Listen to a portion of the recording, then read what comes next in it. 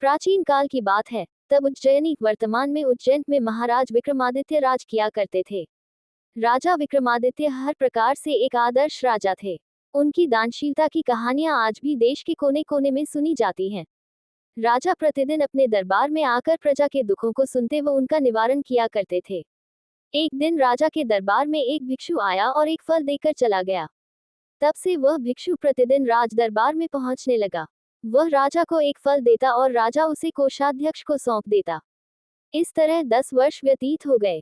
हमेशा की तरह एक दिन जब वह भिक्षु राजा को फल देकर चला गया तो राजा ने उस दिन फल को कोषाध्यक्ष को न देकर एक पालतू बंदर के बच्चे को दे दिया, जो महल के किसी सुरक्षाकर्मी का था और उससे छूटकर राजा के पास चला आया था। उस फल को खाने के लिए जब बंदर के बच्चे ने उसे बीच से तोड़ा तो उसके अंदर से एक बहुत ही उत्तम कोटि का बहुमूल्य रत्न निकला।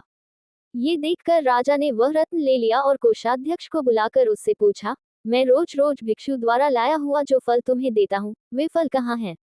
राजा ने आज्ञा दी तो कोषाध्यक्ष रत्न भंडार गया और कुछ ही देर बाद आकर राजा को बताया, प्रभु, वे फल तो सड़ गल गए, वे मुझे वहां नहीं दिखाई दिए।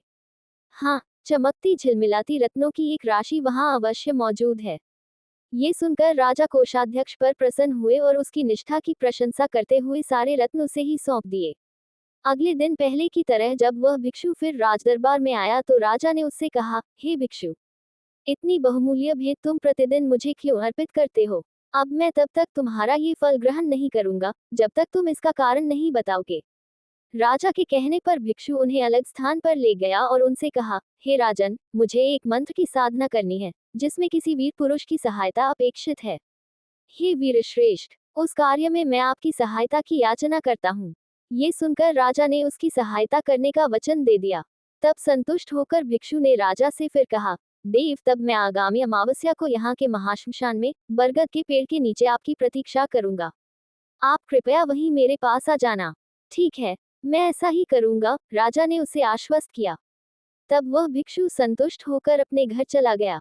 जब अमावस्या आई तो राजा को भिक्षु को दिए अपने वचन का स्मरण हो आया और वह नीले कपड़े पहन, माथे पर चंदन लगाकर तथा हाथ में तलवार लेकर गुप्त रूप से राजधानी से निकल पड़ा।